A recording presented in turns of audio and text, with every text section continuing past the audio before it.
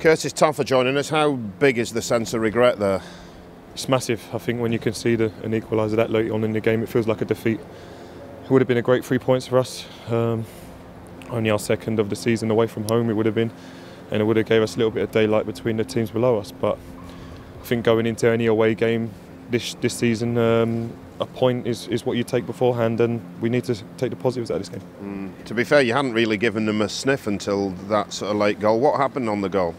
Well, I think we just got caught at sixes and sevens with a few too many of us out of position, and they've taken their few little passes very well, and neat little flick through to Vidra, and I've played against him for Watford last year, and he's a very good finisher and took his goal really well. And it's just a shame for us because, like I say, to hold out for that long, because the second half they did come at us without creating too many chances. They threw everything at us, and we stood up quite solid. But to concede that late on, it does feel like a defeat. Yeah. What changed in the second half? Because you looked really comfortable at half time.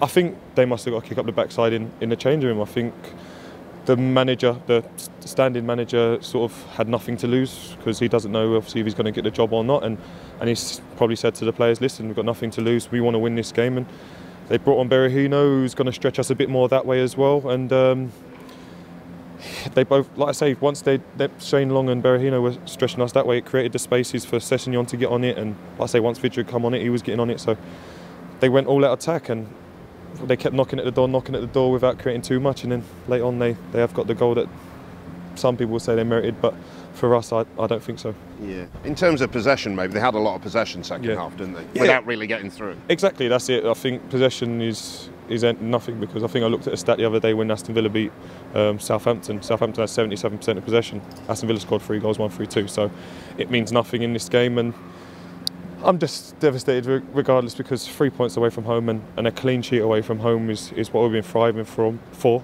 and we did manage to take that today. Could you have gone for it more in the second half, or was that difficult? Or is that?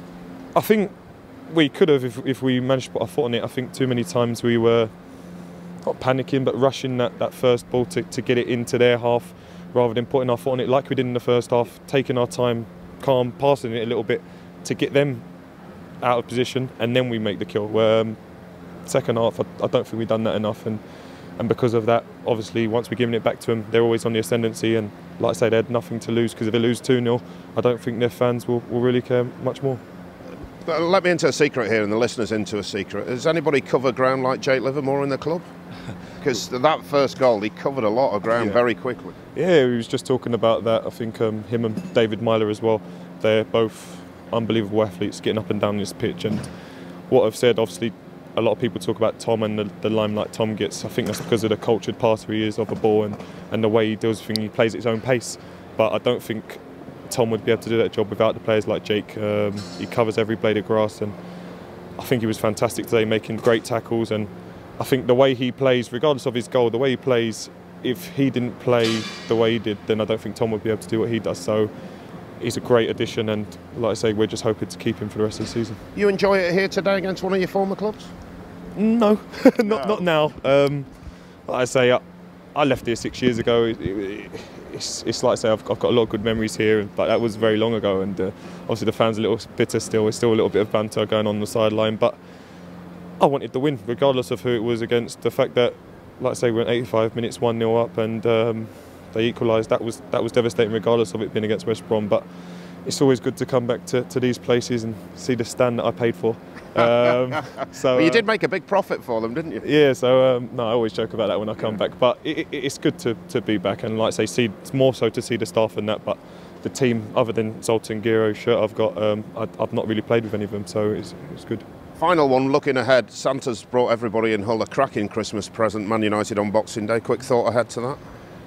Tough. Man U have obviously been up and down this season, but they've got quality throughout their team, and people were talking about the prospect of me coming against Rooney. If you worry about Rooney, they've got 10 other internationals that are going to hurt you, so it's going to be tough, we know that, but we've got a good solid home record, a home defensive record, so we're hoping that we can frustrate them as much as possible and might be able to nick a couple of the other in like we did against Liverpool. It's not just your home record, you've got one of the best defensive records in the division, in the Premier League. How much satisfaction do you get from that?